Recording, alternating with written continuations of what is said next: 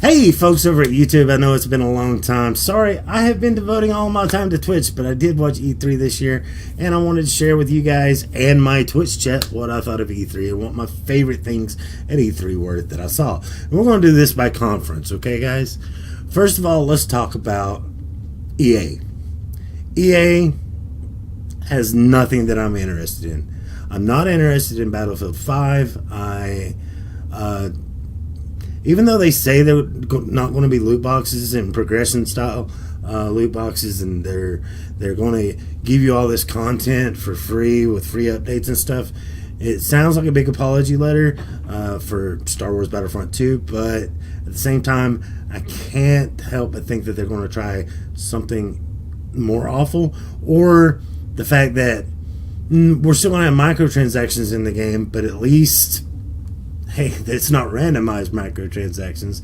It could be worse. We learned our lesson. You know, giving them a pass, no, I don't think so.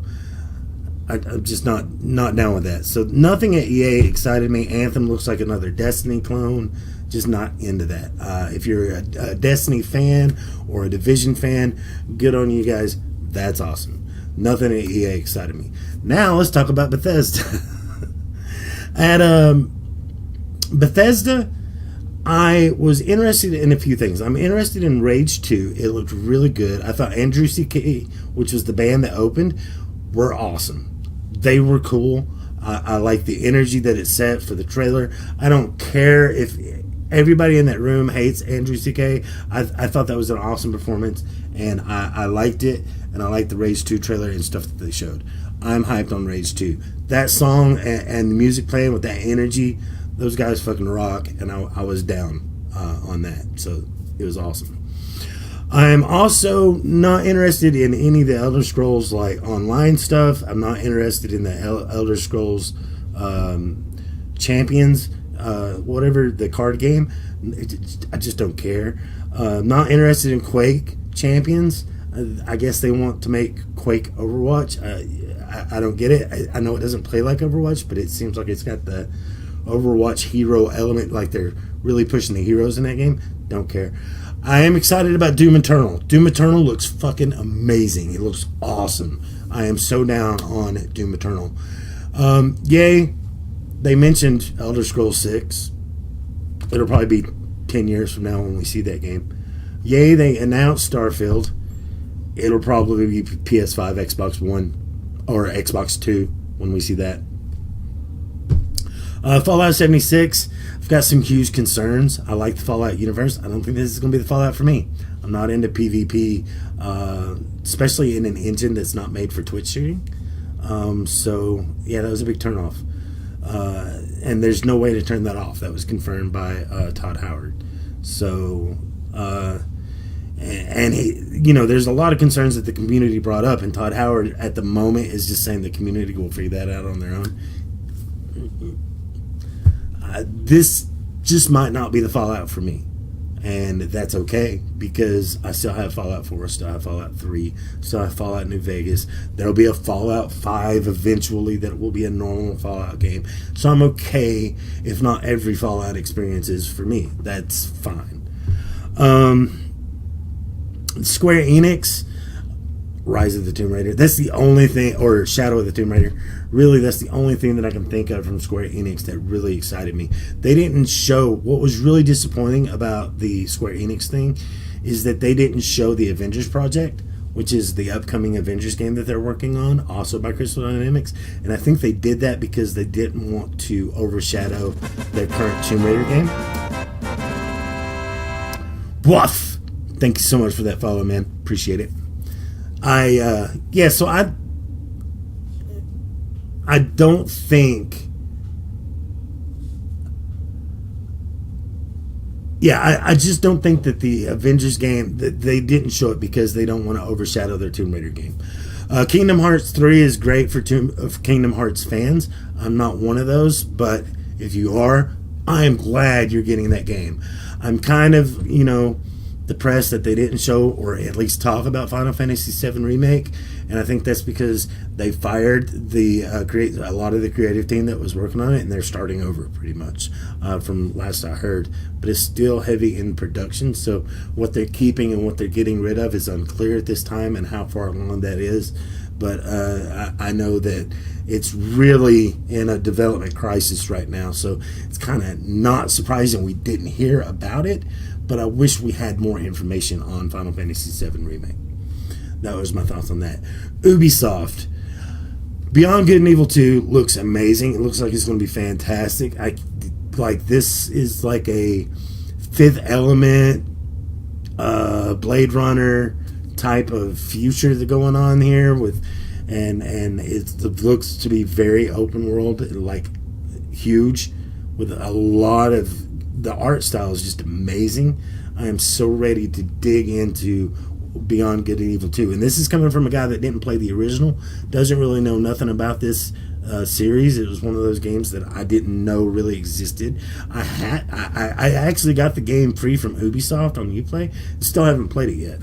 So maybe I will do that before jumping into Beyond Good and Evil 2 as we get closer to whenever that is. It could be a few years from now. We don't know. It's still in that early stage of production, so we'll just have to wait and see how that all turns out.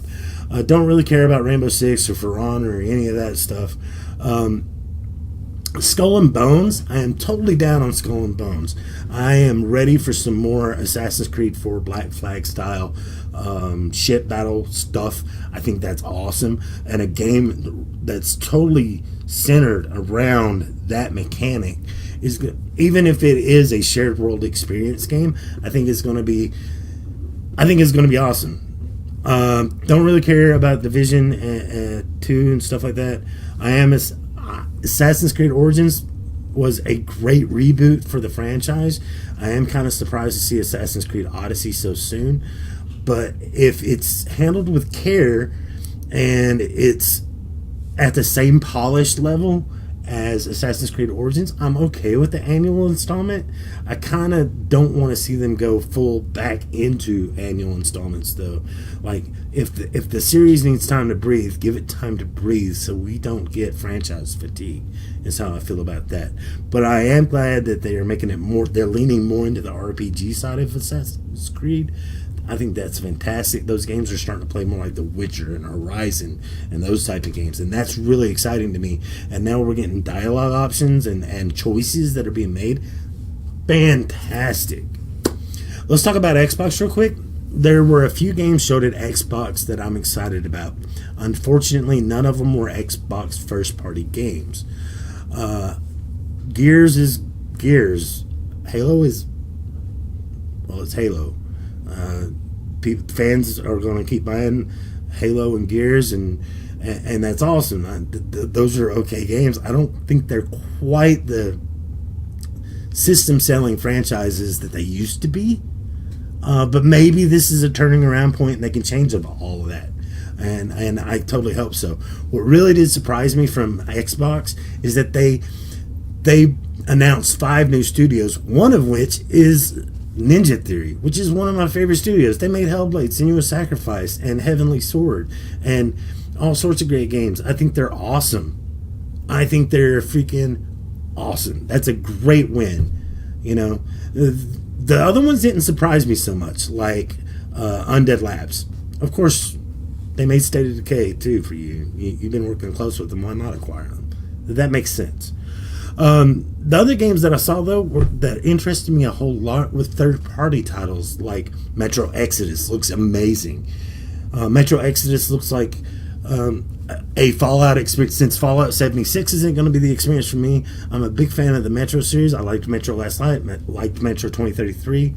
Metro Exodus looks like it's going to be a more open Metro, and maybe that's the Fallout experience I'm going to get, which is because they're topside this time, and that's exciting. And I'm really, really excited to see Artemis come back and where his adventure is going to take him. So I'm totally down with that. What else did we see? I feel like I'm going to miss a third-party title here or there, but that's okay. I'm really into Cyberpunk 2077. I thought that was a great piece to show, and to end on. And it's CD Projekt Red. Even if it is a first-person RPG set in the future, that is totally something I want to get down on. All right, these are the guys that made Witcher 3, and these are the guys that go above and beyond when it comes to delivering content. And I totally trust these guys, and the way they talk about the game, how big and open, and how many choices and how involved that is. That's freaking amazing. Dying Light 2. I was kind of okay on the first game. I didn't really like the ending. I thought the gameplay mechanic and loop itself was okay. Dying Light 2 seems to be doubling down on that and adding a huge where choices and paths and matters, so it's going to make replayability that much bigger. I am totally down on Dying Light 2. I think it looks fantastic, and I know it's another zombie game, but hey, that's what it is. Alright, so let's talk about Sony PlayStation. The Last of Us 2. The Last of Us 2, at first when I'm watching it, like, some of the movements and animations during the gameplay segment, you like, that can't be real. You know what I'm saying? Like, there's a scene where she takes cover and she's been wounded. You know, she got that arrow shot or whatever, and then she pulls that shard out while because she breaks line of sight. She gets behind the counter, and then she's pulling the shard out. And then the enemy, different variety of animations and the dialogue while all that's going on, and how dynamic that is.